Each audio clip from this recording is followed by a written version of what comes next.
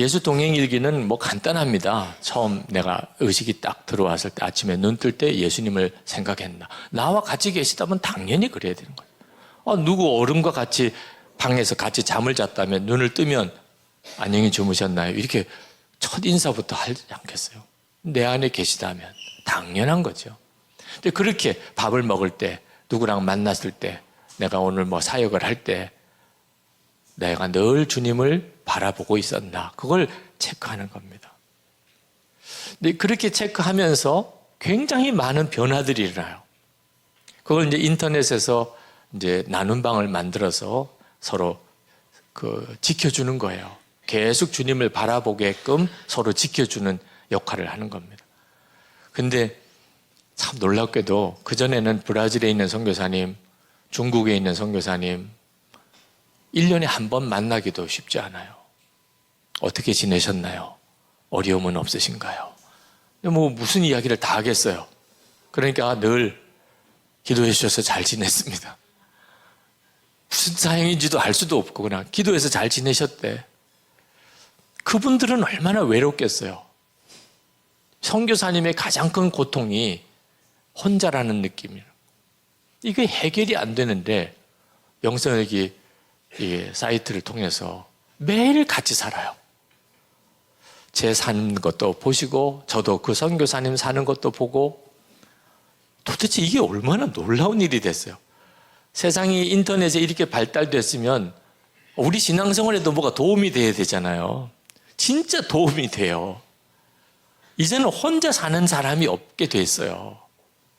매일같이 서로 자신의 삶을, 주님과 동행하는 삶을 점검하는 그 일기를 서로 나누면서 서로가 같이 사는 것 같아요. 교회 안에도요, 소그룹 공동체 안에 혁신이 일어나요. 실제로 지금 한국 교회 문제가 소그룹의 위기입니다. 소그룹. 이제는 모임을 갖기가 참 힘들어졌어요. 모이기도 힘들고 나눔도 갖기 어렵고, 소그룹 리더 훈련시키는 게 얼마나 어려운지요. 그리고 그 짧은 시간에 모여도요, 의미 있게 나누고 헤어지기가 쉽지 않아요. 한 주간 서로 떨어져 지내다가 잠깐 만났어요. 이게 모였으니까 예배도 드려야 되고, 그리고 그 다음에 교제도 해야 되고, 근데 교제할 내용이 서로 하고 싶은 말은 막 목에까지 올라왔지만 그 한번 꺼냈다가는 밤을 새야 되니까 그냥 잘 지냈대. 그냥 서로 다 잘 지냈대요. 그걸로 끝이에요. 그러니까 그 다음엔 가고 싶어요? 의미가 없는데? 가봐야 의미가 없는데? 그런데 매일 예수 동행 일기를 서로 나누다가 그리고 1시간 딱 만나요. 이미 사정 다 알아요. 무슨 일이 있었고, 어떤 기도 제목이 있었고, 어떤 간증이 있었고, 일기를 통해서 서로 다 확인했어요. 모이면 그냥 바로 기도 들어가도 돼요. 어느 누구를 위해서 같이 기도하고. 일기를 통해서 서로 나누다가 눈과 눈을 마주쳐서 보는 게 얼마나 반가운지. 세상에 이런 공동체가 가능해지는구나. 현대사회가 이렇게 바쁘고 어려워도 영적인 교제는 얼마든지 가능하구나. 이 예수님과 동행 일기는 은혜를 담아내는 그릇입니다.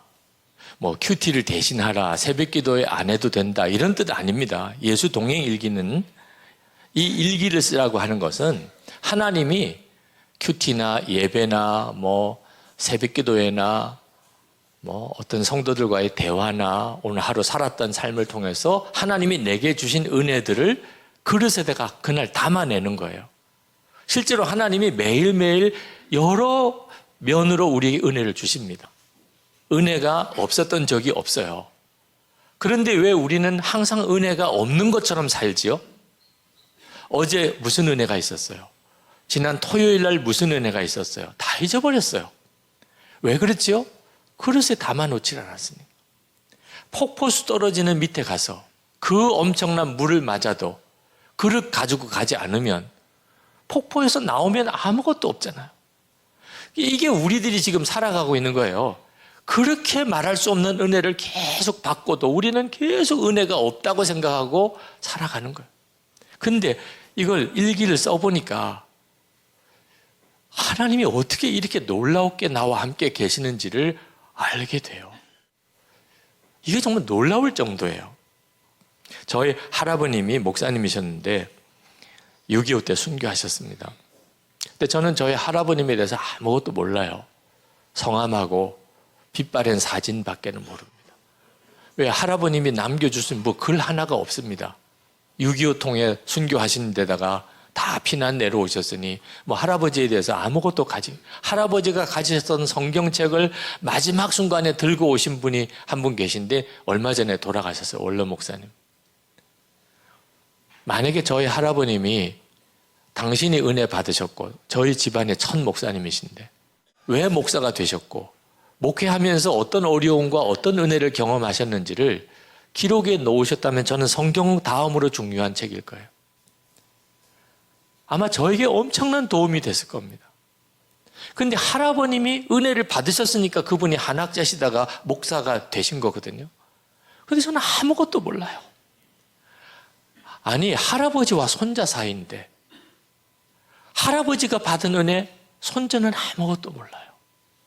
왜 그렇죠? 기록을 안 하니까. 똑같은 일이 벌어집니다. 저와 제 손자 사이에 지금 제가 받은 은혜 전해질까요? 몰라요. 그냥 우리 할아버지 목사였어. 이거 외에는 몰라요. 근데 일기를 쓰기 시작하면서부터 이건 정말 100대가 내려가도 내가 받은 은혜는 그대로 전해져요. 이거 진짜 황홀한 일 아닙니까? 사실 우리가 얼마나 살아가는 동안에 다양한 은혜와 체험, 하나님의 사랑을 경험하고 사십니까? 자녀들을 위해서 그렇게 눈물로 기도했던 것조차도 자녀들은 아무것도 모릅니다. 심지어 본인도 몰라요. 여러분은 여러분 자녀 위해서 어떤 기도했는지 아십니까? 그렇게 눈물로 기도해놓고도 몰라요, 자기도. 그러니까 응답이 됐는지도 몰라요. 그런데 우리 아이들이 아빠와 엄마의 일기를 돌아가시고 난 다음에 쭉 읽어보니까 나를 위해 이렇게 기도하셨었네. 아, 그때 나를 위해서 이렇게 은혜를 받으신 거네. 그게 자녀들에게 어떤 영향을 미칠까요? 그러니 은혜를 받고도 그릇에 담아내지 않는 것은 어떻게 보면 죄입니다. 우리 자신에게도 손해고 말할 수 없는 손해고 우리는 은혜만 받은 게 아니고 물려줘야 되잖아요. 그러니까 성경에 기록된 거 외에도 우리가 어거스틴 통해서 은혜를 받잖아요. 존 웨슬레, 조나단 에드워드, 데이비드 브랜넛, 스텔리 존스, 조지 팍스, 존 르귀용, 체인버스, 아펜셀러, 헨리 마틴, 짐 엘리엇, 허슨 테일러, 윌버포스, 조지 휘필드. 우리가 그 사람들을 통해서 받은 은혜가 전부 그분들이 일기를 써놨기 때문에 예수님과 동행일기를 이렇게 성도들과 나누게 해보니까 처음에는 좀 걸림돌이 있어요. 이번 세미나 때 그 문제에 대한 터치도 하겠습니다. 이게 일기를 나누는 것에 대한 처음에 장벽이, 마음의 장벽이 있습니다. 그런데 그러면서도 이렇게 하게 된 것은 이 영적인 끈이 되는 거예요. 다 따로따로 신앙생활을 하니까 다 무너지는 겁니다. 근데 이제 끈을 서로 연결시키기 시작하니까 이제 내가 내 내면으로 주님과 교제하는 것을 다른 성도와 같이 이제 연결시켜요. 그러니까 서로가 무너지지 않게 지탱해 줍니다. 이건 정말 반드시 해야 합니다. 많은 목회자들이 목회보다도 주님을 바라보라고 그렇게 강조를 해도 막연하게 생각하세요. 목회는 당장 현실이고 주님은 너무 막연한 대상이라고 그렇게 생각하시는 것 같아요. 그 말은 뒤집어 무슨 이야기이냐면 주님과의 교제가 거의 훈련 안 됐다는 뜻입니다. 그러니까 당장 눈앞에 있는 목회만 일인 거지 주님은 나에게 너무 막연한 겁니다. 이걸 언제까지 이렇게 가시겠어요? 24시간 주님 바라보면서 어떻게 일반적인 생활을 할 수 있느냐 그러시는데 어떤 분이 그러시더라고요. 질문이 나왔어요. 목사님, 24시간 주님 바라보라 그러니까 목사님에게 집중이 안 되고 목사님 강의에 집중하려니까 주님이 바라봐지지 않습니다. 이런 딜레마는 어떻게 해결하나요? 이런 질문도 나왔어요. 주님 생각하려니까 목사님께 집중이 안 되고, 목사님께 집중하자니까 주님 생각을 못 하겠고, 뭐 이런 이야기를 하시더라고요. 지금 이 자리에 제 아내가 와 있습니다.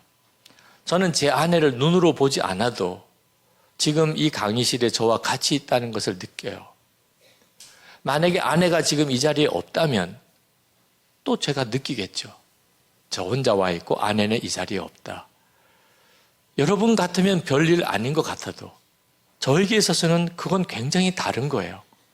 아내가 있다, 아내가 없다.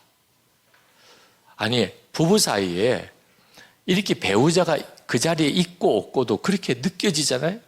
그 꼭 바라봐야만 압니까? 여러분 목회가 신방 가실 때 누구 상담할 때 여러분 아내나 남편이 같이 있을 때 그 의식이 되잖아요. 같이 있으니까 든든하기도 하고 내게 좋은 지혜와 조력자가 또 되고 내가 뭔가 실수하지 못하게 나를 도와주기도 하잖아요.